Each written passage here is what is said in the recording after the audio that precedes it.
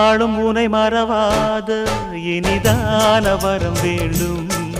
உறவாலும் உடல் உயிராலும் பிரியாத வரம் வேண்டும். விழியோடு இமை போலே விலகாத நிலை வேண்டும்.